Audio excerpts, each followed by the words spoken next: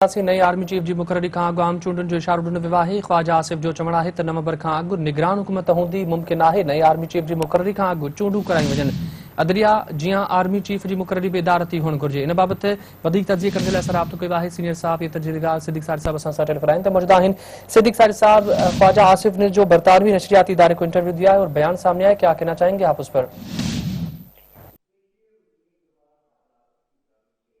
ये जो इंटरव्यू बरतानवी नशरियाती इदारे को सामने आया है, उसमें उन्होंने जो गुफ्तगू की है वो जाहिर है जो उस वक्त मुल्क के हालात हैं उसको सामने रखते हुए की है। क्योंकि ये देखिए ना, उन्होंने कहा कि मौजूदा मुल्की हालात में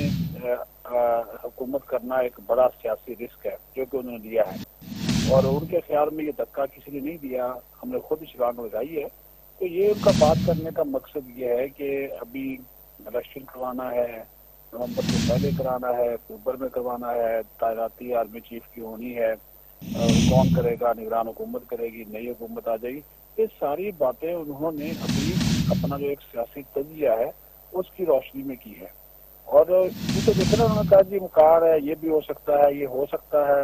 ये भी हो सकता है कि इलेक्शन करवा दें, ये भी हो सकता है निगरान हुकूमत आ जाए, ये भी हो सकता है निगरान हुकूमत के बाद तैनाती। ये सारे ऑप्शंस हैं और ये वाकई है। ये डिस्कशन जो है वो हो रही है और इसी वजह से पूरी जो वज़ीर आज़म है नून लीग की सीनियर क़यादत ख्वाजा आसिफ भी शामिल है, ये लंदन गए हैं। आज और कल वहाँ पे मीटिंग्स होनी है कि आप देख रहे हैं कि इस वक्त मुल्क के खास तौर पर जो मुआशी हालात हैं वो तेजी से जो है वो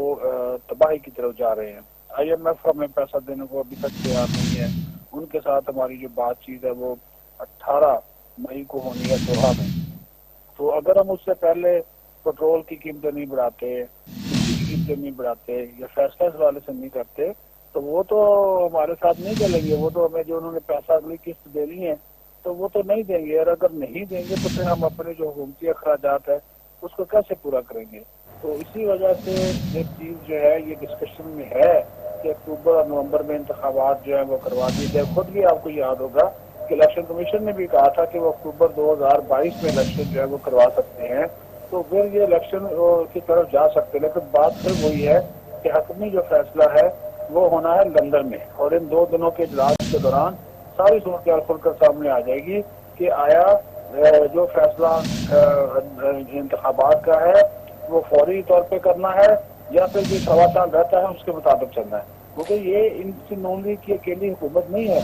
नून लीग जो भी फैसला करेगी उस फैसले के ऊपर इत्तेहादियों को एतमाद मिलेगी। आसिफ जरदारी को, बिलावल भुट्टो जरदारी को, मौलाना फजल रहमान, अख्तर मेंगल, ये इत्तेहादियों की हुकूमत है। अब इमरान खान को ये निकाल कर बैठ गए हैं, लेकिन अब हुकूमत करना, हुकूमत को चलाना ये भी आसान नहीं है। अच्छा सिद्दीक साहब, आप क्या समझते हैं कि जो मुद्दत है अपनी हुकूमत वो पूरी कर पाएगी? क्योंकि बाज़ औक़ात बार बार ये बयानात सामने आ रहे हैं नून लीग की पार्टी की जानिब से, उनके जो रहनुमा हैं उनकी जानिब से, कि वो मुद्दत अपनी पूरी नहीं कर पाएंगे और इससे पहले ये इलेक्शन करवाएंगे। देखिए, मैं जो अभी इसके ऊपर फैसला मैं बार बार आपको कह रहा हूँ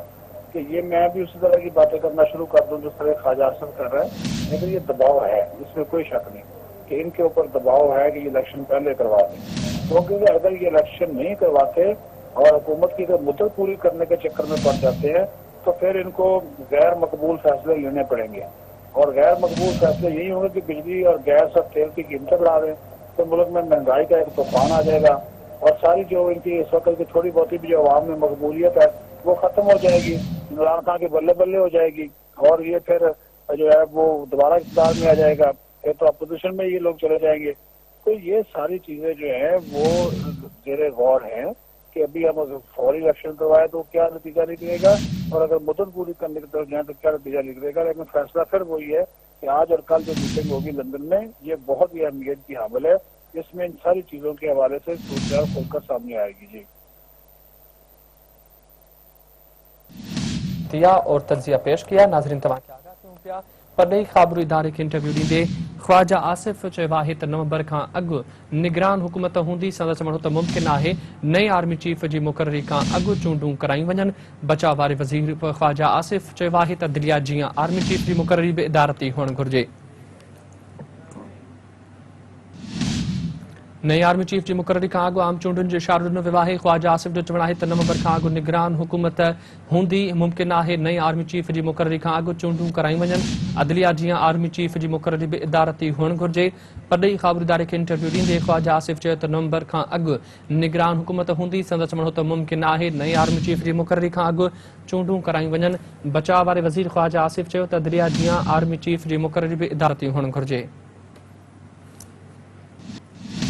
तव्हांखे आगाह कयूं पिया त नई आर्मी चीफ जी मुक़ररी खां अॻु आम चूंडुनि जो इशारो ॾिनो वियो आहे ख्वाजा आसिफ जो चवणु आहे त नवंबर खां अॻु निगरान हुकूमत हूंदी मुमकिन आहे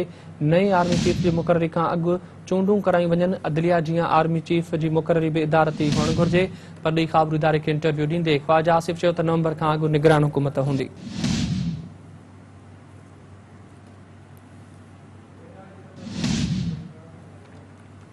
नई आर्मी चीफ जी मुक़ररी खां अॻु आम चूंडुनि जो इशारो ॾिनो वियो आहे ख्वाजा आसिफ जो चवणु आहे त नवंबर खां अॻु निगरान हुकूमत हूंदी मुमकिन आहे नई आर्मी चीफ जी मुक़ररी खां अॻु चूंडूं कराई वञनि अदलिया जीअं आर्मी चीफ जी मुक़ररी बि इदारती हुअणु घुरिजे परॾेही ख़बर इदारे खे इंटरव्यू ॾींदे ख्वाजा आसिफ चयो त नवंबर खां अॻु निगरान हुकूमत हूंदी संदसि चवणु हो त मुमकिन आहे नई आर्मी चीफ जी मुक़ररी खां अॻु चूंडूं कराई वञनि बचाव वारे वज़ीर ख्वाजा आसिफ चयो त अदलिया जीअं आर्मी चीफ जी मुक़ररी बि इदारती हुअणु घुरिजे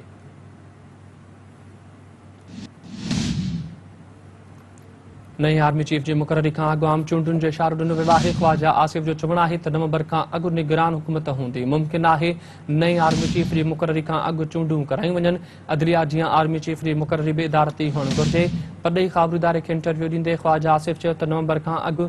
निगरान हुकूमत हूंदी संदसि चवणु आहे त मुमकिन आहे नई आर्मी चीफ जी मुक़ररी खां अॻु चूंडूं कराई वञनि बचाव वारे वज़ीर ख्वाजा आसिफ चयो त अदलिया जीअं आर्मी चीफ जी मुक़ररी बि इदारती हुअणु घुरिजे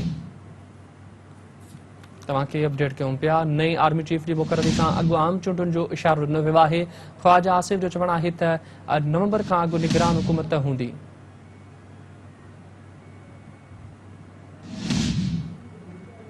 मुमकिन आहे नई आर्मी चीफ जी मुक़ररी खां अॻु चूंडूं कराई वञनि अदलिया जीअं आर्मी चीफ जी मुक़ररी बि इदारती हुअणु घुरिजे परॾेही ख़बर इदारे खे इंटरव्यू ॾींदे ख्वाजा आसिफ चयो त नवंबर खां अॻु निगरान हुकूमत हूंदी संदसि चवणु हो त मुमकिन आहे नई आर्मी चीफ जी मुक़ररी खां अॻु चूंडूं कराई वञनि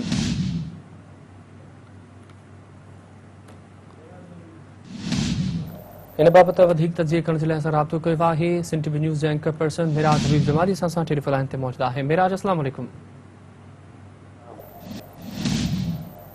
मिराज तव्हां ताईं आवाज़ पहुचे पियो जी यासिर जी मिराज जेको ख्वाजा आसिफ बचावर वज़ीर आहे उन पारां हिकिड़ो इंटरव्यू ॾिनो वियो आहे बरतानवी नशरियाती इदारे खे जंहिंमें हुन इहा ॻाल्हि कई आहे त मुमकिन आहे नई आर्मी चीफ जी मुक़ररी खां अॻु नयूं चूंडूं कराई वञनि छा चवणु चाहींदा हिन स्टेटमेंट ते तव्हां बिल्कुल यासिर जेका सूरत हाल असांखे नज़र अचे पई जेको हाल मुल्क जो इमरान ख़ान छॾे वियो हो उन खां पोइ असां ॾिठोसीं जीअं ई नई हुकूमत आई ऐं भातियुनि पारां सभु जेके पार्टियूं उन्हनि पारां फ़ैसिलो कयो वियो त इत्तेफ़ाक़ी रिथ वसीले कामयाबी मिली उन बाद जेका नई हुकूमत ठही उनजे लाइ केतिरा ई चैलेंजिस हुआ ख़ासि तौर ते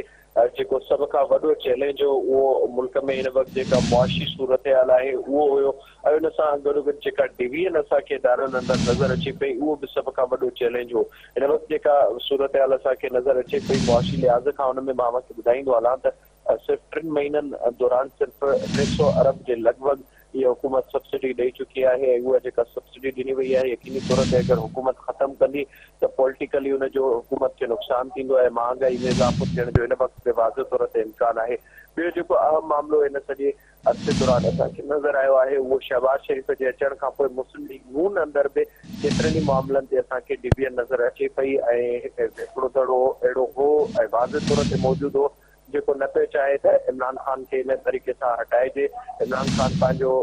टेन्यूअर मुकमल करे हुन बाद चूंडुनि में अचिजे पर ॿियो जेको दड़ो हुन पारां इहा कोशिशि कई वई त इमरान ख़ान खे वधीक रहण न ॾिनो वञे इहो मां ॾिठो हूंदो जॾहिं हुन वक़्तु जेके कुझु अहम अॻवानो आहे उन्हनि पारां वज़ारतूं अचण खां ई मुआज़रत कई वई हाणे जीअं जीअं मामला अॻिते वधनि पिया तीअं तीअं जेके परेशानियूं आहिनि मुश्किलातूं आहिनि उहे हुकूमत जे लाइ वधंदियूं वञनि पियूं हुनजो हिकु वॾो सबबु इहो पिणु आहे हिन वक़्तु जेके आइनी बहरान असांखे नज़र अचनि पिया या इमरान ख़ान जेके पैदा करण जी कोशिशि कई आहे ज़ाहिर आहे का बि कानून साज़ी करण जे लाइ हुकूमत वटि मुश्किलातूं थियनि थियूं ऐं हुनजो हिकु वॾो सबबु इहो बि आहे त क़ौमी असेंबली में अपोज़िशन मौजूदु नाहे ऐं इन सां गॾोगॾु ॿियो सबबु इहो बि आहे त सदर हिन वक़्तु PTI जे कारकुन तौरु मुसलसल करे पियो, हिन जे करे बि मुश्किलातूं थियनि पियूं। हुन सां गॾोगॾु जेका हिन वक़्तु सूरत-हाल नज़र अचे पई, तव्हां ॾिसो ईअं महसूसु थिए पियो मुल्क में ॼणो वज़ीर ख़ज़ाना आहिनि हितां डील करे पियो मिर्ज़ा इस्माइल, पर ॿिए पासे असां ॾिसूं पिया त इसाक़दार लंडन मां वेही फ़ैसिला करे पियो। ॿिए पासे असांखे इहो बि नज़र अचे थो त ॼण हिकिड़ो प्राइम मिनिस्टर हाउस हिते आहे ऐं असुल जेको फ़ैसिला आहिनि उहे मुस्लिम लीग नून जो क़ाइद नवाज़ शरीफ़ करे पियो। इन ई तरीक़े सां असांखे मुख़्तलिफ़ जेके मामला आहिनि उहे हुकूमत जे अंदरि बि नज़र अचनि पिया। उन सां गॾोगॾु केतिरा ई कैबिनेट जा जेके इजलास थिया आहिनि उन में असां इहो बि ॾिठो आहे त जेके ॿिया मेंबर आहिनि यानी की ॿियनि पार्टियुनि जा उन्हनि पारां शिरकत नथी कई वञे, इहे मामला बि अचनि था। इहो महसूसु तासुर ॾियण जी कोशिशि कई थी वञे त हीअ सिर्फ़ु मुस्लिम लीग नून जी हुकूमत आहे, उहो साथ बि हिन वक़्तु न पियो मिले। उन सां गॾोगॾु जेको अहम मामिलो आहे इस्टेब्लिशमेंट जे हवाले सां जेके कोशिशूं इमरान ख़ान करे पियो या मुसलसल इमरान ख़ान जो जेको बयानी हो उन तरफ़ जेके शयूं अॻिते वधनि पियूं त उन सां बि हिन हुकूमत जे लाइ वधीक मुश्किलातूं पैदा थियनि थियूं। ऐं हिन वक़्तु इहो तासुर बि हिन वक़्तु मुस्लिम लीग नून अंदरि मौजूदु आहे त शायदि हू ट्रेप थिया आहिनि हिन सॼी सूरत हाल में। तव्हां ॾिसो इमरान ख़ान जो जेको गिराफ़ आहे मुसलसल हुन में इज़ाफ़ो थिए पियो, मुसलसल उहो वधे पियो। इमरान ख़ान इहो फ़ैसिलो कयो आहे त हू मई जे आख़िरी हिन ई महीने जे आख़िरी हफ़्ते में इस्लामाबाद में मौजूदु हूंदो ऐं उते ज़ाहिर आहे मुश्किलातूं पैदा थींदियूं, मुआशी लिहाज़ खां बि मुश्किलातूं पैदा थींदियूं। उन खां अॻु ई पाकिस्तान में हिन वक़्तु जेका मुआशी सूरत हाल आहे उहा कंहिं बि तौर ते बहितर न आहे। रिज़र्व मुसलसल घटिजनि पिया ऐं जेकी ख़बरूं अचनि पियूं थोरे जो सऊदी अरब जो दौरो थियो हुयो ऐं हुन सां गॾोगॾु IMF सां बि ॻाल्हियूं थियूं। हिन बावजूदि बि केतिरियूं मुश्किलातूं हिन वक़्तु मौजूदु आहिनि। हिन सूरत हाल में मुस्लिम लीग नून जा हल्का जेके ख़ासि तौर ते नवाज़ शरीफ़ जे वेझो आहिनि उहे इहो चाहिनि पिया त चूंडुनि तरफ़ मामिलो वञे। अच्छा मेरा जेका ॿी अहम स्टेटमेंट पिणु ॾिनी वई आहे ख्वाजा आसिफ पारां त चयो आहे त अदलिया जीअं आर्मी चीफ जी मुक़ररी बि इदारती हुअणु घुरिजे, जेको हूअं सवाबदीद वज़ीर आज़म जो आहे आर्मी चीफ खे मुक़ररु करण जो, उहो पिणु उन जे लाइ कानून साज़ी पियो करणी पवंदी। जेको इहो मामिलो आहे हिकु पासे इहो तासुर बि हिन वक़्तु मौजूदु आहे त सॼो मामिलो आहे इन शइ ते, छो त इमरान ख़ान कुझु ॾींहं अॻु बि जेको ज़िक्र करे चुको ख़ासि तौर ते जनरल फैज़ जे हवाले सां जेको तासुर मुसलसल इमरान ख़ान ॾियण जी कोशिशि कई। उन खां पोइ जनरल बाजवा जे हवाले सां जेको तासुर इमरान ख़ान ॾिनो उन सां इहे शयूं वाज़िह थियनि पियूं त PTI कहिड़े तरफ़ मामलनि खे वठी वञण जी कोशिशि करे पई। हिन वक़्तु जेको सभ खां वॾो मामिलो आहे उहो आहे मईशत, जंहिंजे लाइ हिन हुकूमत खे चयो आहे हिन हुकूमत खे केतिरियूं परेशानियूं आहिनि कि उन्हनि खे नज़र अचनि पियूं। वाज़िह तौर ते अगरि उन्हनि में का बहितरी न आई त वधीक अर्सो इहे हुकूमत हली सघंदी। अच्छा मेरा जेकॾहिं अगरि हुकूमत दस्तबरदार थी वञे थी नई आर्मी चीफ जी मुक़ररी खां अॻु त निगरान सेटअप जेको वेंदो उनजो त इहो इख़्तियार न आहे नई आर्मी चीफ जी मुक़ररी करणु। ज़ाहिर आहे इहा ख्वाजा आसिफ जेका ॻाल्हि कई आहे इहो मुस्लिम लीग नून जे हल्कनि में इन क़िस्म जो तासुर असांखे मुसलसल नज़र अचे पियो। ख़ासि तौर ते शायदि ख़ाकान आबादी उन पारां बि इन क़िस्म जी तजवीज़ कुझु ॾींहं में ॾिनी वई हुई। असां इहो मुसलसल ॾिसूं पिया। बाक़ी जेसिताईं तालुक़ु आहे आर्मी चीफ जी मुक़ररी वारो उन बाबति मुस्लिम लीग नून इहो अॻु बि चई चुकी आहे त उहो उन वक़्तु ॾिठो वेंदो। मिराज अवां छा पिया सम्झो त जेका हुकूमत आहे उहा इन मुतलिक़ पंहिंजो फ़ैसिलो हतमी करे सघंदी? जैसे ॾिसणो पवंदो जेको मामला हिन वक़्तु नज़र अचनि पिया नून लीग जे हवाले सां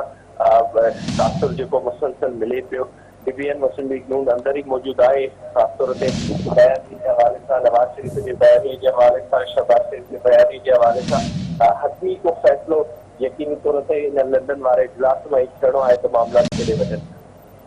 अच्छा मिराज जेको आहे हिकु ॿी ॻाल्हि बि इन सियासी ॻाल्हि खां पोइ ख्वाजा आसिफ जी ॻाल्हि खां पोइ ज़ाहिर थी आहे शुरू थी आहे जेका जनरल फैज़ हमीद जी सीनियरिटी जे मुतलिक़ आहे। छा मां सम्झो था त जेका सीनियरिटी बुनियाद आहे नंबर सीरीज़ आहे उन में नओं जेको आर्मी चीफ जो नंबर आहे उहो कंहिंजो आहे?